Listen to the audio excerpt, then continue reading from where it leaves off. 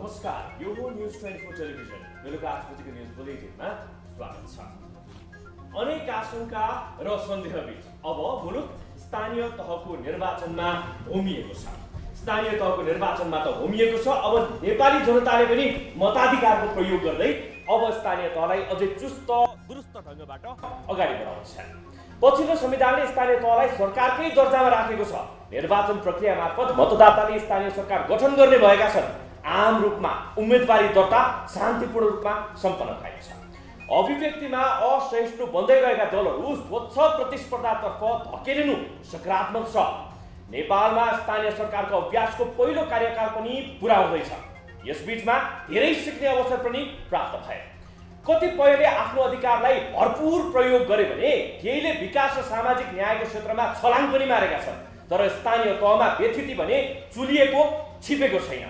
जनताको सेवक हुनुपर्ने मालिक बनेपछि जनअपेक्षा टुटेको सत्य पनि हो। यस्ता कमजोरी र विकृत पक्षलाई सच्याउन सक्नुपर्छ। दलहरू आफ्ना प्राथमिकतामा चुकेका पनि छन्। मतदाताले विकास र सुशासन चाहेका पनि छन्। अब करेक्सन गर्ने बाटो निर्वाचन नै हो। सच्चिने र सच्याउने काम निर्वाचनबाटै हुने हो। स्थानीय निर्वाचनसँगै जनअपेक्षा पूरा गर्दै राजनीतिक स्थिरता र दिगो विकासतर्फ दलहरूको ध्यान पुग्न सक्नुपर्छ। अब न्यूज बुलेटिनको हेडलाइन्स। स्थानीय निर्वाचनका लागि उम्मेदवारी दर्ता प्रक्रिया पूरा। कामका साथ दावेदारी पेश गरेकाहरू विजयी हुनेमा आत्मविश्वासी। प्रमुख दलहरू बीच नै प्रतिस्पर्धा हुने विश्लेषण।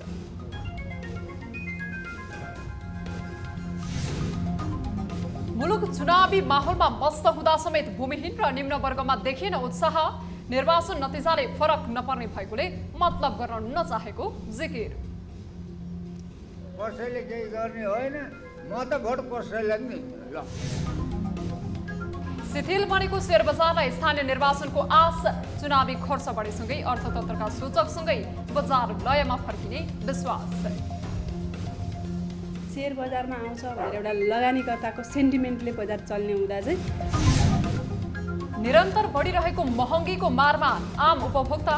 मूल्य वृद्धिले सीमा काट्दा समेत जिम्मेवार निकायको बेवास्ता। कालोबजारीलाई मलजल गरेको आरोप। बजारमा देखिएका जुन किसिमका विकृति र विसङ्गतिहरूलाई सम्बोधन गर्नै सक्छ। र तनावग्रस्त बनेको युक्रेनको मरियोपोल सहर स्थित एजोवस्तल औद्योगिक क्षेत्रमा रुसको एकतर्फी युद्ध विराम। युक्रेनीलाई उद्धार गर्न अवसर दिएको रुसको प्रष्टोक्ति।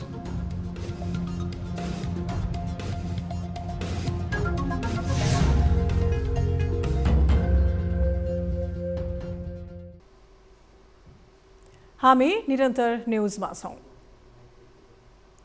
देशभरका स्थानीय तहको निर्वाचनका लागि 71,237 उम्मेदवारले मनोनयन पत्र दर्ता गराएको निर्वाचन आयोगले जनाएको छ। देशभरका 293 नगरपालिका छन्। निर्वाचन आयोगको विवरण अनुसार 2118 जनाले मेयर पदमा मनोनयन दर्ता गराएका छन्। उपमेयर पदमा 1373 जनाको मनोनयन परेको छ। त्यसैगरी कुल 460 गाउँपालिकाको अध्यक्ष पदमा 2221 जनाले मनोनयन पत्र दर्ता गराएका छन्। 1544 जनाले उपाध्यक्षमा मनोनयन पत्र दर्ता गराएका छन्। देशभरका कुल 6743 वडाको वडाध्यक्ष पदमा 17701 जनाले मनोनयन दर्ता गराएका छन्।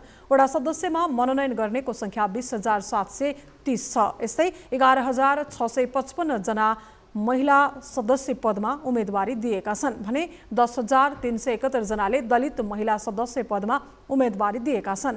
विभिन्न ठाउँमा मनोनयन दर्ता गर्नेहरूको नाम अद्यावधि गर्ने काम भइरहेको भन्दै आयोगले उम्मेदवार अझै बढ्ने जनाएको छ। काठमाडौँ महानगरको चुनावी प्रतिस्पर्धाले यति बेला चौतर्फी ध्यान तानेको छ। वैशाख 30 गते हुने स्थानीय तहको निर्वाचनका लागि दलहरू तथा स्वतन्त्र उम्मेद्वारले उम्मेदवारी दर्ता गराएका छन्। महानगरको मेयर र उपमेयरमा थुप्रैले उम्मेदवारी दिए पनि प्रमुख प्रतिस्पर्धा मुख्य दलहरू बीच नै हुने देखिन्छ। एक रिपोर्ट।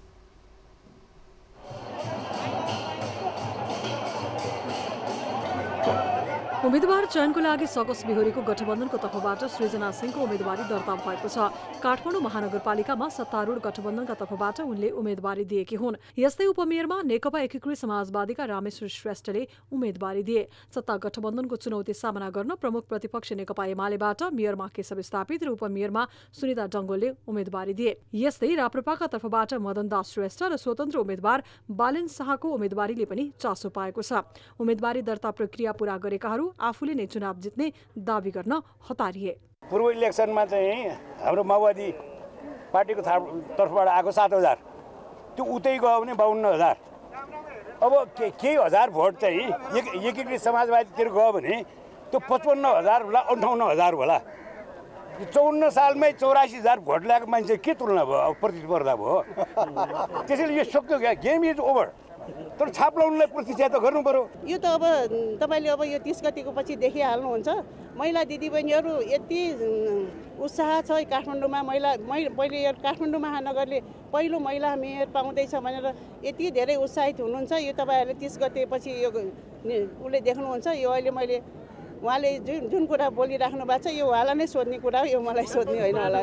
काठमाडौँ महानगरमा मूलतः सत्ता गठबन्धन र एमाले बीच कडा टक्कर हुने देखिएको छ। तर पछिल्लो समय देशव्यापी चर्चा बटुलिरहेको राप्रपा र स्वतन्त्र उम्मेदवार चर्चित रियापर बालेन शाहको उम्मेदवारीले समेत उनीहरूलाई चुनौती दिएको छ। मलाई विश्वास छ हाम्रो महानगरपालिकाका आम जनताहरूले एक मत सहित यो राष्ट्रिय प्रजातन्त्र पार्टीको तर्फबाट प्रस्तुत भएको महानगरपालिकाको प्रमुखको रूपमा रहेको व्यक्तिलाई विजयी गराएर पदस्थापना गर्ने छ भन्ने मलाई दृढ विश्वास छ। यी बाहेक अन्य आकांक्षीहरूको उम्मेदवारीले काठमाडौँ महानगरको चुनावलाई रोचक बनाएको छ। यो क्षेत्रको चुनावी नतिजाको प्रभाव राष्ट्रिय राजनीतिमा पर्ने भएकाले पनि दलहरूले विशेष रणनीति बनाएका छन्। अब यी उम्मेदवार मध्ये कसले नतिजालाई आफ्नो पक्षमा पार्छन् त्यो थाहा पाउन केही समय कुर्नुपर्नेछ। न्युज 24 टेलिभिजनका लागि क्यामेरामा कान्छा डङ्गोलका साथमा टिभी जर्नलिस्ट प्रकाश बमको रिपोर्ट। स्थानीय तहको निर्वाचनको उम्मेदवारी दर्ता प्रक्रिया सोमबार सकिएको छ। स्थानीय तहको निर्वाचनका लागि जनप्रतिनिधिका आकांक्षीहरूले आइतबार र सोमबार आफ्नो उम्मेदवारी दर्ता गराए। वैशाख 30 गते हुने स्थानीय तहको निर्वाचनलाई आफ्नो पक्षमा पार्न राजनीतिक दलका उम्मेदवारले 5 वर्षको अवधिमा गरेको राम्रा कामको प्रचार प्रसार गर्ने र जनता आकर्षित गर्ने योजना अगाडि सारेका छन्। एक रिपोर्ट।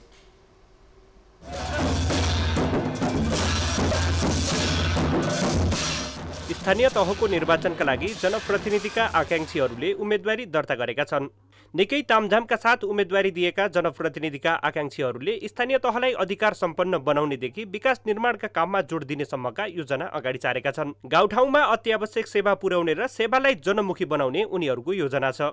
5 वर्षपछि विशेष गरी शिक्षा, स्वास्थ्य, रोजगारी र पूर्वाधारको क्षेत्रमा चाहिँ पूर्ण रूपमा चाहिँ मैले चाहिँ यो बजेटको व्यवस्थापन गरेर आम नागरिकलाई एउटा चाहिँ शिक्षा स्वास्थ्यबाट वञ्चित नहुने गरी माध्यमिक तह अथवा चाहिँ यो स्नातक तहसम्म चाहिँ हामीले निःशुल्क जुन गर्ने राज्यको घोषणा छ त्यसलाई मैले बजेट मार्फत त्यसलाई चाहिँ व्यवस्थापन गर्ने र स्वास्थ्य क्षेत्रलाई चाहिँ अलिकति चाहिँ अहिले कोभिडले पनि हामीले धेरै कुरा सिकाएको हुनाले स्वास्थ्य क्षेत्रलाई मैले प्राथमिकता राखेर आम नागरिकको जुन चाहिँ ठुल्ठुला हस्पिटलमा जानुपर्ने बाध्यतालाई हामीले पहिले त्यसलाई चाहिँ मतलब उसलाई मिल्ने गरी हामी चाहिँ स्वास्थ्य क्षेत्रमा हामीले आम नागरिकको पहुँच पुर्याउने विषयमा चाहिँ हामीले स्वास्थ्य 5 वर्षको योजनाको कुरा गर्दै गर्दाखेरि जस्तो हामीले योभन्दा अगाडि काम गऱ्यौँ 5 वर्ष म 5 वर्ष वडा अध्यक्ष भइसकेको पनि हो।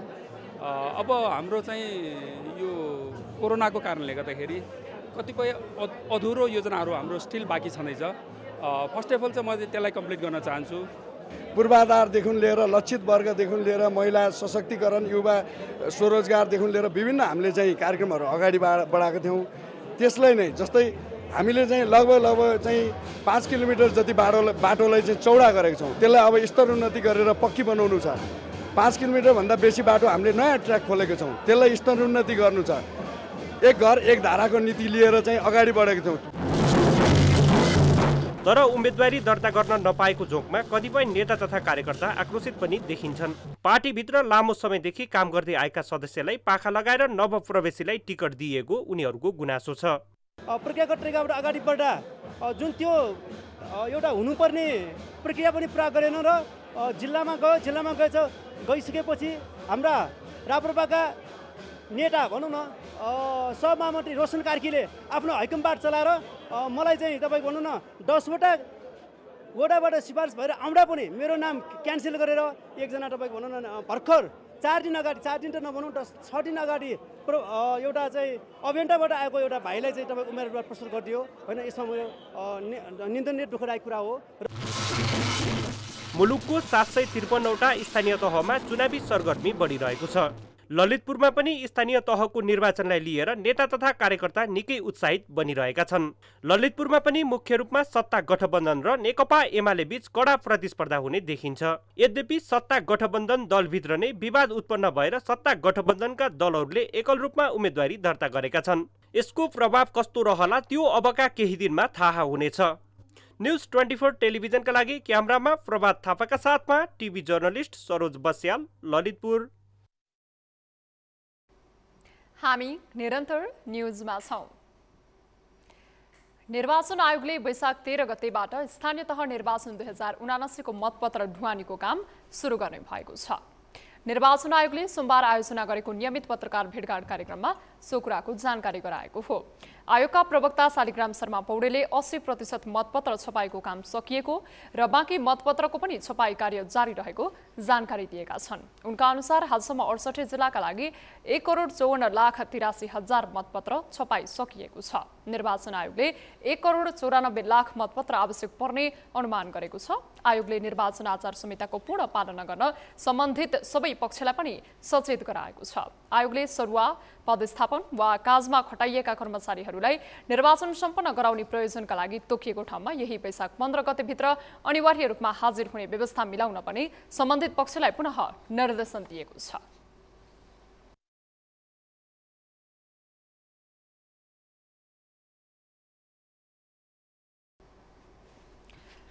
निर्वाचन आयोगले हालसम्म निर्वाचनको पर्यवेक्षणका लागि 68वटा संस्थाहरूले अनुमति लिएको पनि जनाएको छ। ती संस्थाका करिब 20,000 पर्यवेक्षकहरूलाई आयोगको परिचय पत्र सहित मतदान केन्द्रहरूमा परिचालन गरिनेछ।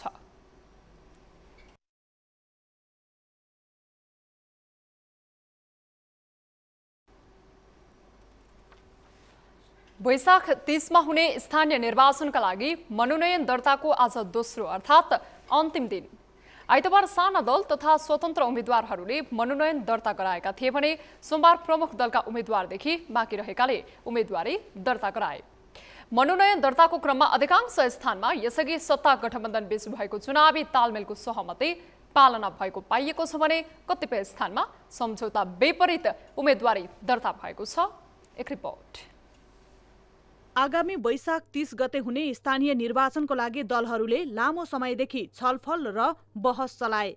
ती छलफलको केन्द्र चुनावी तालमेल थियो। समय घर्किन लाग्दा छलफल निष्कर्षमा पुर्याउन आवश्यक भएपछि केन्द्रबाटै महानगरपालिकाको उम्मेद्वार तय गर्ने निधो भयो।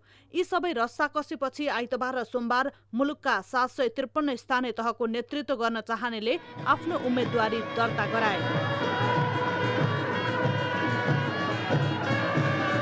भरतपुरमा महानगरको मेयरमा गठबन्धनको तर्फबाट रेणु दाहाल र राप्रपाको समर्थनमा एमाले तर्फका विजय सुवेदीको प्रतिस्पर्धा हुँदैछ। एमाले रेणुसँग प्रतिस्पर्धा गर्ने बलियो उम्मेद्वारको रूपमा अगाडि सार्दै गर्दा रेणुलाई साथ दिएको कांग्रेसभित्र पनि उत्तिकै असन्तुष्ट छन्। 5 दलीय गठबन्धनको तर्फबाट विराटनगर महानगरपालिकाको मेयर पदको लागि नागेश कोइराला र उपमेयरमा अमरेन्द्र यादवले उम्मेदवारी दर्ता गराएका छन्। नेकपा एमालेको तर्फबाट मेयरमा नगर अध्यक्ष सागर थापाले र उपमेयरमा शिल्पा कार्कीले उम्मेदवारी दर्ता गराएकी छन्। यस्तै राप्रपा नेपालबाट प्रहलाद शाह मेयरमा र बबिता आचार्यले उपमेयरमा, त्यस्तै जसपा त्यागेका उमेश यादवले मेयर पदको लागि स्वतन्त्र उम्मेदवारी दर्ता गराएका छन्। उता सिन्धुपाल्चोकको चौतारा साङ्गा चोकगढीको नगरपालिकामा नेकपा माओवादी बीच मनोनयन दर्ताको विषयमा झडप भएको छ।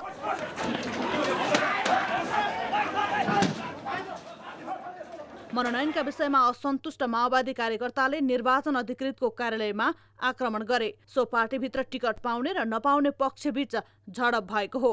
स्थिति नियन्त्रणमा लिन सशस्त्र प्रहरी बलले अश्रु ग्यास नै प्रहार गर्नु पर्यो। यता रूपन्देहीको 16वटै स्थानीय तहमा एमाले, कांग्रेस, माओवादी केन्द्र, नेकपा एकीकृत समाजवादी, जसपा, लोसपा, राप्रपा लगायतका दलहरूले छुट्टा छुट्टै उम्मेदवारी दिएका छन्। रूपन्देहीमा सोमबार मनोनयन गराउने सबै दलले आफ्नो शक्ति प्रदर्शन गरेका छन्। त्यस्तै बर्दियामा लामो समयसम्म दलहरूबीच गठबन्धनको प्रयास भए पनि त्यो सफल हुन नसकेपछि दलहरूले आफ्नै तवरले उम्मेदवारी दर्ता गराए। करिब आधा दर्जन राजनैतिक दलहरूले चुनावी मैदानमा उत्रिए पनि दौडमा भने नेपाली कांग्रेस, नेकपा एमाले र माओवादीको प्रतिस्पर्धा हुने देखिएको छ। त्यस्तै कैलालीमा कांग्रेस, माओवादी र एकीकृत समाजवादी गठबन्धन भएको छ भने एमाले र साना दलहरू एक्लै चुनावमा सहभागी भएका छन्। कैलालीका 13 स्थानीय तहमध्ये कांग्रेसले 7 सिट प्रमुख र 6 सिट उपप्रमुख पाएको छ।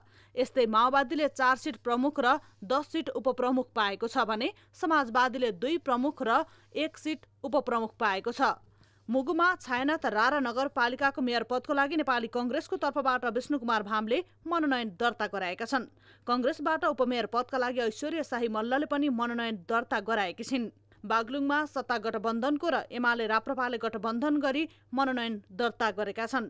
बागलुङ नगरपालिकाको नगर प्रमुखमा गठबन्धनबाट नेपाली कांग्रेसका वसन्त कुमार श्रेष्ठ, उपप्रमुखमा माओवादी केन्द्रका राजु खड्काले मनोनयन दर्ता गराएका छन्। यस्तै एमाले राप्रपा गठबन्धनबाट नगर प्रमुखमा एमालेबाट जनकराज पौडेल, उपप्रमुखमा राप्रपाका सञ्जय खड्काले उम्मेदवारी दर्ता गराए। उता नवलपरासीमा मनोनयन दर्ता गर्ने कार्य शान्तिपूर्ण रूपमा सम्पन्न भएको छ। पश्चिम नवलपरासीका जम्मा 7वटा स्थानीय तहमा निर्वाचनका लागि राष्ट्रिय पार्टीदेखि स्वतन्त्र उम्मेद्वारहरूले विभिन्न पदमा उम्मेदवारी मनोनयन दर्ता गराएका छन्। त्यस्तै तनहुमा सत्तारूढ दलको गठबन्धनमा सहमति जुट्न नसकेपछि एक्लै उम्मेदवारी मनोनयन दर्ता गरेका छन्। कांग्रेस नेता रामचन्द्र पौडेलको गृह नगर समेत रहेको ब्यास नगरपालिकाको मेयरमा नेपाली कांग्रेसबाट वैकुण्ठनाथ नेउपाने र उपमेयरमा इन्दिरा दरैले मनोनयन दर्ता गरेका छन् भने नेकपा माओवादीबाट मेयरमा अतिन्द्र केशरी नेउपाने र उपमेयरमा देवा सुखालीले मनोनयन दर्ता गरेका छन्। अहिले मनोनयन दर्ता भए पनि यी आवेदनमा निर्वाचन आयोगले छानबिन गर्नेछ। यस्तै उम्मेदवारी फिर्ता लिने अवसर समेत आयोगले दिने भएकाले अहिले दर्ता भएको आवेदन अन्तिम भने होइन। न्युज 24 टेलिभिजनका लागि जिल्ला ब्युरोको रिपोर्ट। यति बेला मुलुकमा चुनावी सरगर्मी बढिरहेको छ। राजनीतिक दलका उम्मेद्वारहरू बाजा बजाउँदै आफ्नो उम्मेदवारी दर्ता गर्न व्यस्त छन्। कार्यकर्ताहरू उनीहरूको अघिपछि हिँड्न भ्याइ नभ्याइ भइरहेका छन्। शीर्ष नेतृत्व कसलाई कति भाग दिने भन्नेमा छलफल र बैठकमा समय खर्चिरहेका छन्। तर यही बीच काठमाडौँको थापाथली स्थित बागमती किनारमा बस्दै आएका भूमिहीन भने आफ्नो दैनिकीको जोहो गर्न व्यस्त छन्। उनीहरूलाई न त चुनावले छोएको छ न त यसप्रति कुनै चासो नै। एक रिपोर्ट। हरेक निर्वाचनको समयमा राजनैतिक दलहरूले भूमिहीनको मुद्दालाई जोडतोडका साथ उठाउँछन्, तर निर्वाचनको नतिजा पश्चात उनीहरूको मुद्दा कुनै कागजको खोस्टोमा सीमित हुन्छ। थापाथली क्षेत्रको यस सुकुम्बासी बस्तीमा 142 घरधुरी छन्। उनीहरूको मतले निर्वाचनको परिणामलाई नै असर पार्न सक्छ, तर निर्वाचनले उनीहरूको जनजीवनमा खासै परिवर्तन ल्याउन सकेको छैन। खासै त्यस्तो अब तत्काल त भएको छैन। जुन हामीले जुन गरुले पाउनुपर्ने सरकारबाट सुख सुविधाहरू के पाउनु पर्थ्यो त्यो तत्काल भएको छैन। जन आश्वासन चाहिँ प्रत्येक सरकारहरूबाट हामीले पाइरहेको छौँ। चुनाव सिद्धियो भने अलिक दिनपछि फेरि केही डर भइहाल्छ। आज हटाउनुहुन्छ, भोलि हटाउनुहुन्छ भन्नुहुन्छ। अनि त्यो डरले पनि अब गरिब मान्छे काम गर्न जान पाउँदिन हामी। अब घर भत्काइदेला, घरमा के कसो छ सबै मासिन्छ भनेर पिर हुन्छ। स्थानीय सरकार अहिले अधिकार सम्पन्न छ। यस्ता भूमिहीनहरूलाई पुनर्वास गराउन सक्ने क्षमता पनि छ, तर विगतमा स्थानीय तहको नेतृत्वकर्ताले यी भूमिहीनहरूको बस्ती नै उठाउने गतिविधि गरेकाले अझै पनि उनीहरू सोही घटनाको पुनरावृत्ति हुन्छ कि भन्ने डरमा बस्ने गरेका छन्। मुलुकमा अहिले ठूला राजनीतिक परिवर्तन भइसकेका छन्, तर भूमिहीनको मुद्दा आकर्षक नारामा मात्रै सीमित हुँदा यसकाले समस्या समाधान हुन नसकेको तथ्य सर्लङ्ग छ। सुकुम्बासी हलिया मुक्त भएका अनि त्यस्तै गरी बाढी पहिरोबाट पीडित भएका विस्थापित भएका व्यक्तिहरूको बारेमा सरकारले धेरै वाचाहरू गरे। अब विभिन्न समयमा विभिन्न प्रसङ्गमा उहाँहरू घर दैलोमा पुग्नु पनि भयो, आश्वासन धेरै बाँड्नु भयो। तर उहाँले साँच्चै भन्यो भने कार्यान्वयनको क्षेत्रमा धेरै उहाँले गर्न सक्नु भएन। उहाँ अलपत्र हुनुहुन्छ, छाप्रोमा हुनुहुन्छ, विस्थापित अवस्थामा हुनुहुन्छ। स्थानीय निर्वाचनको रौनक यो बस्तीमा पनि हुनुपर्ने हो, तर विगतको तीतो अनुभवले यहाँका बासिन्दालाई यो अवस्थाले रौनक होइन त्रास मात्रै ल्याएको छ। कतै विगतमा जस्तै चर्चा कमाउन बस्ती त भत्काउने गतिविधि त होइन भन्ने डर अझै हट्न सकेको छैन। न्युज 24 टेलिभिजनका लागि क्यामेरामा मदन सापकोटाको साथमा टिभी जर्नलिस्ट समीर जोशीको रिपोर्ट। न्युजहरू अझै बाँकी नै छन्, अहिलेलाई ब्रेक।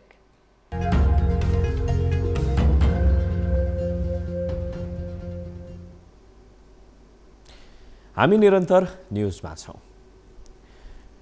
निर्वाचनको समयमा उम्मेदवारले मत तान्नका लागि अनेक घोषणा गर्छन्। घोषणा गर्ने उम्मेदवारलाई ती बाचा पूरा गर्छु भन्ने त हुँदैन होला, तर आम नागरिक भने त्यसलाई विश्वास गरेर आफ्नो मत व्यक्त गर्छन्। पटक पटक यो क्रम दोहोरिँदा समेत घोषित विषय कार्यान्वयनमा आउन नसक्दा निराशा आउनु अन्यथा होइन। यो निराशाले कतिपयलाई अबका दिनमा भोट हाल्ने कि नहाल्ने भन्ने दुविधा समेत हुने गरेको छ। एक रिपोर्ट। यी हुन् दाङघर भई काठमाडौँमा व्यापार गर्दै आएका रमेश गिरी।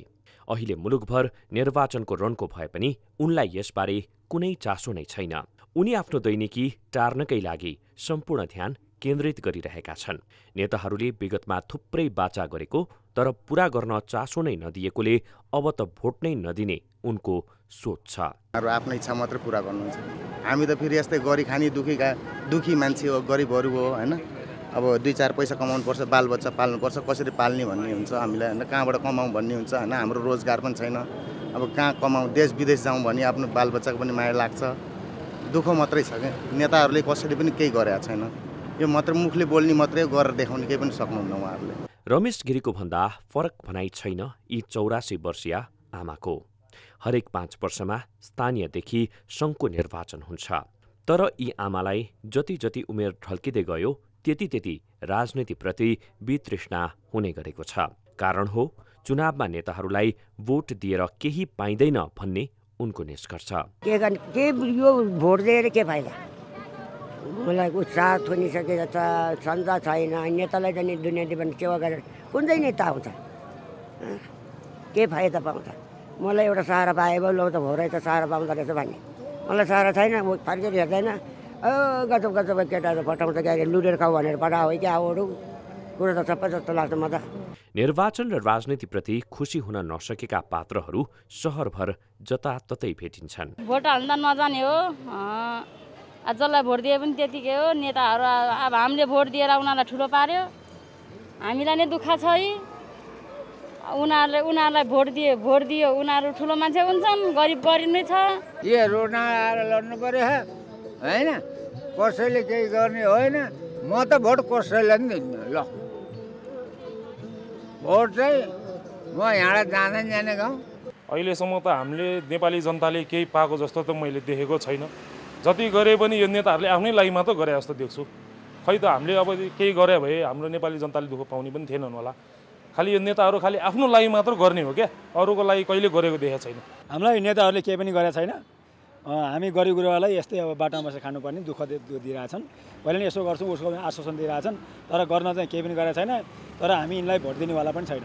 जनतामा यस्तो निराशाका बावजुद यति बेला राजनैतिक दल तथा नेता कार्यकर्ताहरूमा हर्ष छाइरहेको छ। निर्वाचन जितेर नेतृत्वमा पुग्ने उत्कट आकांक्षाका कारण उनीहरूलाई आम नागरिकको यस्ता विषयमा ध्यान दिने फुर्सद नै छैन। कतिपय उम्मेदवारहरू भने आफूहरूको निर्वाचन घोषणापत्र व्यावहारिक भएको दावी गर्छन्। 2004 मा वर्ल्ड मेयर सक्सेसफुल मेयर है, सबैभन्दा इनोभेटिभ मेयर विश्व कन्टेस्टमा 14 भएको मान्छे, 14 भएको भनेपछि प्रमाणित मान्छे हो नि।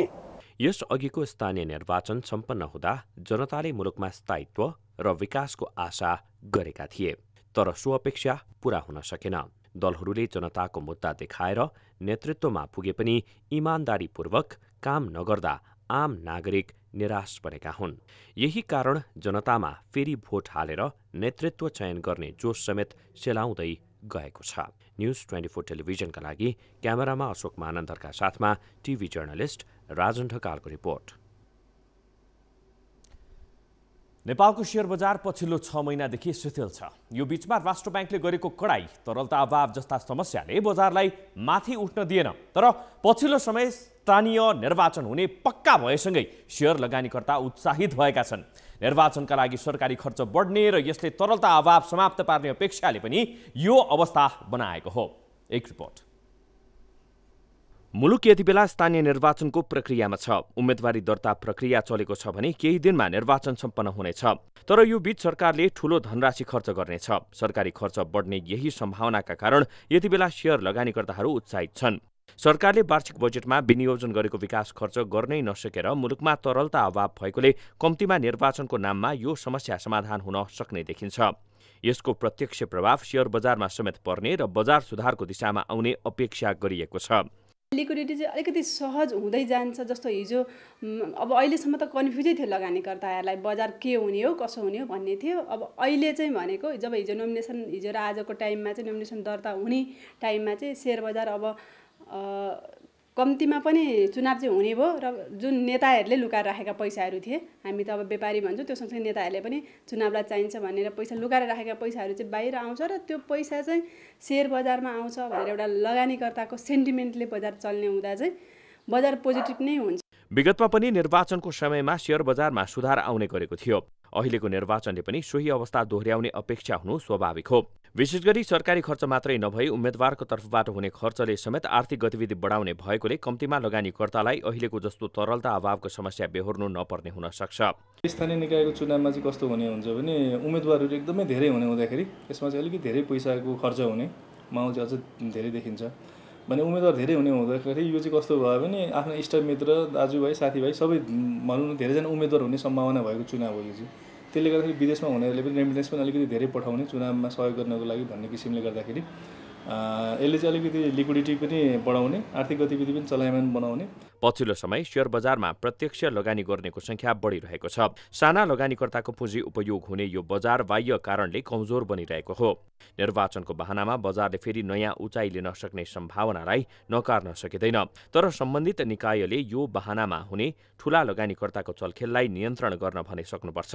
अन्यथा यो बहानामा ठूलो मात्रामा लगानी गर्नेले कमाउने र साना लगानीकर्ता मारमा पर्ने खतरा रहन्छ। न्युज 24 टेलिभिजनका लागि क्यामेरामा सुनिल गुरुङका साथमा टिभी जर्नलिस्ट रबिन ठकुरीको रिपोर्ट। निर्माण सामग्रीको मूल्य चर्किएको विरोधमा निर्माण व्यवसायीहरू विरोधमा छन्। उनीहरूले यति बेला कन्स्ट्रक्सन होलिडेका रूपमा निर्माण गतिविधि ठप्प पारेका छन्। यो विरोधले 5 खर्ब बराबरको 3500 आयोजनामा प्रत्यक्ष प्रभाव परिरहेको छ। यति बेला मुलुकको विकास खर्च हुन नसकेको सन्दर्भको यो विरोधको गम्भीर प्रभाव पर्ने देखिन्छ। एक रिपोर्ट। विश्व बजारमा कच्चा तेलको मूल्य 81 बढेसँगै नेपालमा पनि इन्धनको मूल्य अस्वाभाविक रूपमा बढ्यो। यसको परिणामस्वरूप निर्माण कार्यमा प्रयोग हुने छड, ग्याबिन, तार, भिटामिन, एमएस, ब्लेड लगायतको मूल्य थेगी नसक्नु गरी बढेको छ। चर्को मूल्यमा निर्माण सामग्री खरिद गरेर व्यवसाय सञ्चालन गर्न कठिनाइ आएको भन्दै निर्माण व्यवसायीहरू यति बेला चिन्तित बनेका छन्। त्यसमाथि सार्वजनिक खरिद नियमावलीको त्रुटिपूर्ण बुदा एवं बीमा निर्देशिकाले व्यवसायलाई पलायन हुने अवस्था पुर्याएको उनीहरूको गुनासो छ। वैशाख 8 र 9 गते ताहाचल स्थित सार्वजनिक खरिद अनुगमन कार्यालय र ललितपुरको कुपोण्डल स्थित बीमा समितिमा शान्तिपूर्ण धरना दिएका थिए। तर शान्तिपूर्ण धरनाले माग सम्बोधन नभएकाले निर्माण व्यवसायीहरू कन्स्ट्रक्सन होलिडेको रूपमा आफ्नो विरोधलाई अगाडि बढाएका छन्। 11 गतेबाट हामीले मुलुकभरिको निर्माणको कार्यहरूलाई बन्द गरेका छौँ। कन्स्ट्रक्सन होलिडेमा हामी गएका छौँ र यो कन्स्ट्रक्सन होलिडेमा जानुपर्ने प्रमुख बाध्यता चाहिँ अहिले बजारमा भएको अप्रत्याशित मूल्य वृद्धि हो। हाल साना ठूला गरी नेपालमा 5000 आयोजना सञ्चालनमा छन्। विरोधमा उत्रिएका निर्माण व्यवसायीले अत्यावश्यक बाहेकका 5 खर्ब बराबरको 3500 आयोजनाको काम ठप्प पारेका हुन्। यो कार्यले निर्माण व्यवसाय मात्र नभएर राज्यलाई पनि प्रत्यक्ष प्रभाव पार्ने जोखिम बढेको छ। त्यसैगरी सरकार यति बेला पुँजीगत खर्च गर्न सकिरहेको छैन। त्यसमा निर्माण व्यवसायको आन्दोलनले यसमा नकारात्मक प्रभाव पार्ने संकेत देखिएको छ। समयमा काम पूरा हुन नसक्दा आयोजनाको म्याद थपिने र यसको लागत बढ्ने खतरा बढेको छ। यसरी काम ठप्प गर्दा त पुँजीगत खर्च झनै नहुने भयो अनि अलिअलि यो वर्ष नियोजित गरे बजेट फ्रिज हुने भयो अनि अर्को साल फेरि एकमुष्ट बजेट राख्न पनि सरकारले नसक्ने र यसले गर्दा निर्माण आयोजनाहरू चाहिँ भने अवरुद्ध हुने अनि मुलुकको विकास प्रशासन र एउटा भनौँ न विकास खर्च चाहिँ नि हुन नसकेर यसले चाहिँ नि सरकारको जुन एउटा कार्य सम्पन्न हुनुपर्ने ठेक्कापट्टाहरू थिए आयोजनाहरू थिए ती अलिकति विलम्ब हुने र यसले म्याद थपको स्थिति अझै समस्याग्रस्त बनाउने। विकास निर्माणको काममा सक्रिय हुने निर्माण व्यवसायीको यो आन्दोलनलाई राज्यले उपेक्षा गर्न मिल्दैन। यसको असर विकास निर्माणका काममा हुने भएकोले जायज माग सम्बोधन गर्दै निर्माण व्यवसायीलाई काममा फर्काउने पहल गर्न ढिलाइ गर्नु हुँदैन। अहिलेको आन्दोलन राज्य र व्यवसायी दुवैको हित विपरीत रहेकोले विरोध कार्यक्रम तत्काल समाधानको बाटोमा जान दुवै पक्ष लचक हुनुपर्छ। न्यूज 24 टेलिभिजनका लागि क्यामेरामा सुनिल गुरुङका साथमा टिभी जर्नलिस्ट रबिन ठकुरीको रिपोर्ट। हामी निरन्तर न्यूजमा छौं। अब हेल्थ न्यूज।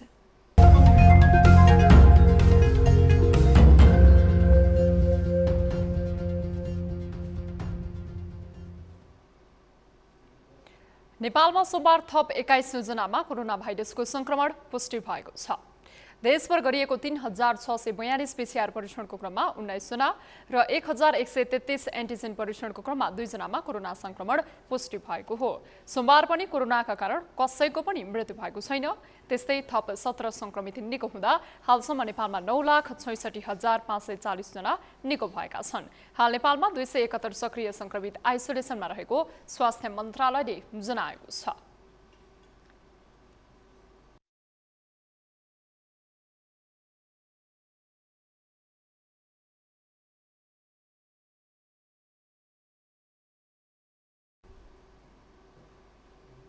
अब बिजनेस न्यूज।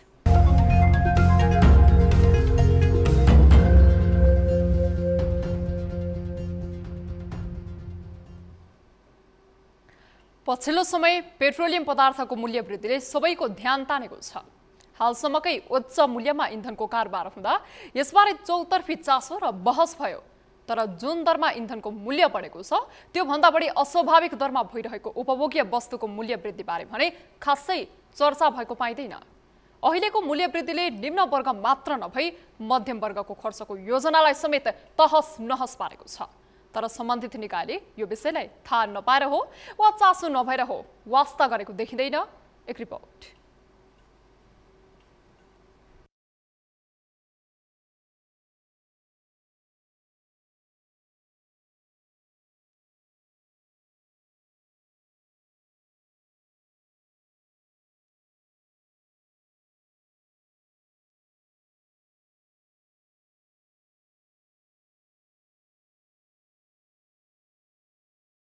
स्थानीय निर्वाचनलाई आफ्नो पक्षमा पार्न यति बेला दलहरू अनेक रणनीति बुनिरहेका छन्। शिक्षा, स्वास्थ्य, महँगी सम्मका विषयलाई प्रमुख एजेन्डा बनाएर स्थानीय तहको नेतृत्व गर्ने आकांक्षा प्रकट भइरहेको छ। यस्ता नारा विगतका अन्य निर्वाचनमा पनि लागेकै हुन्।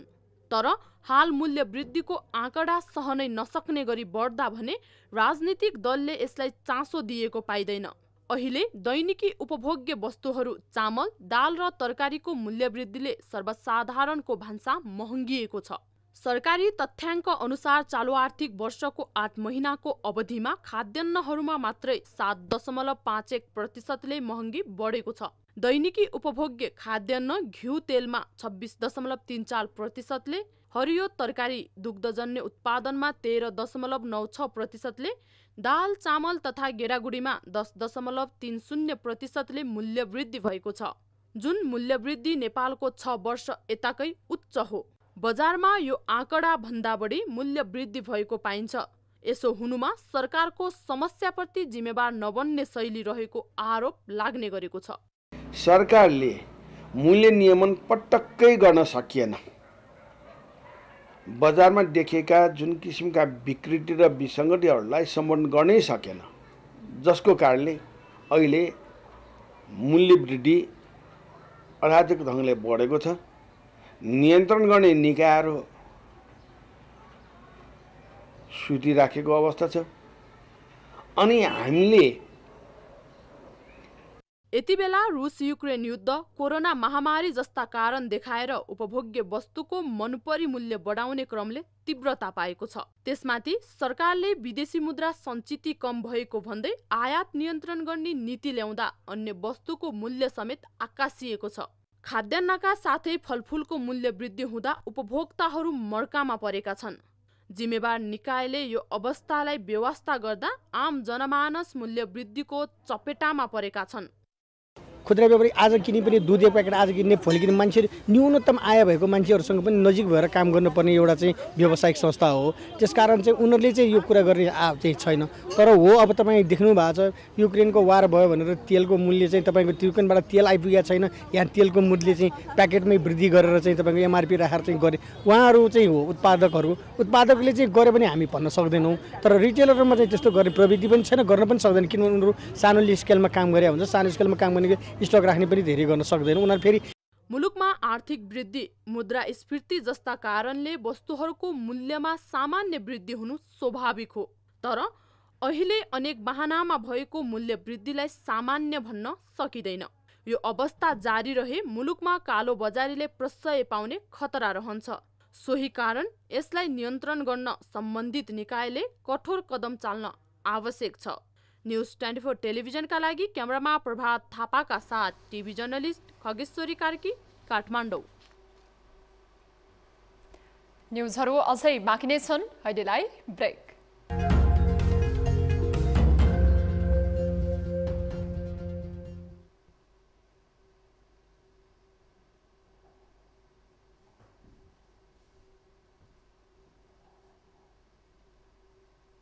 हामी निरन्तर न्यूजमा छौं।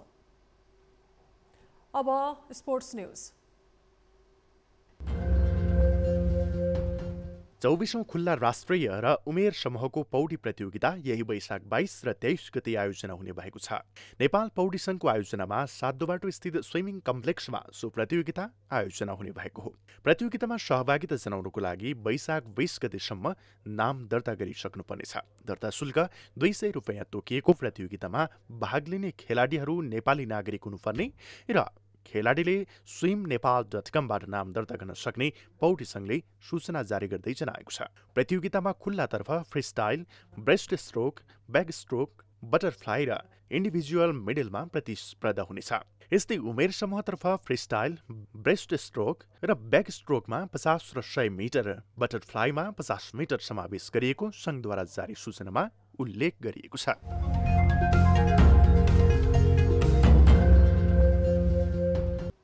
अब वेदर अपडेट।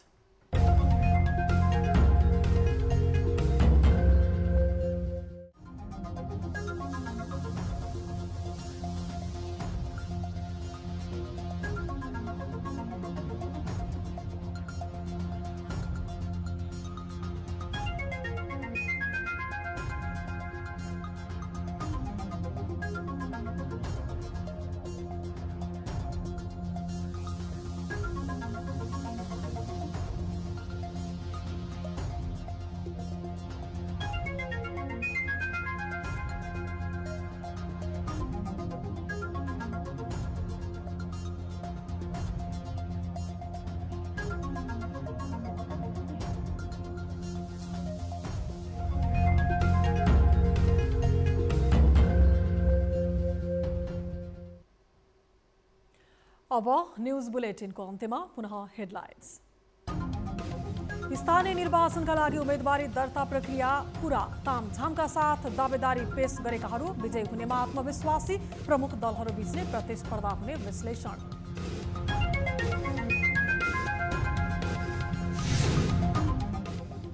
मुलुक चुनावी माहौलमा मस्त हुँदा समेत भूमिहीन र निम्न वर्गमा देखिएन उत्साह।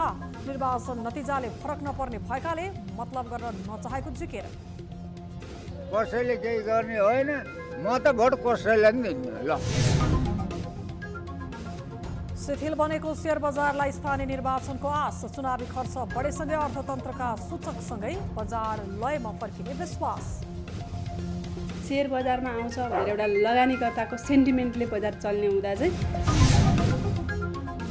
निरन्तर बढिरहेको महँगीको मारमा आम उपभोक्ता, मूल्य वृद्धिले सीमा काट्दा समेत जिम्मेवार निकायको व्यवस्था, कालोबजारीलाई मलजल गरेको आरोप। बजारमा देखिएका जुन किसिमका विकृति र विसङ्गतिहरूलाई सम्बोधन गर्नै सकिन्छ। र तनावग्रस्त बनेको युक्रेनको मारिउपोल सहर स्थित एजोभस्तल औद्योगिक क्षेत्रमा रुसको एकतर्फी युद्ध विराम, युक्रेनीलाई उद्धार गर्न अवसर दिएको रुसको प्रश्नोक्ति।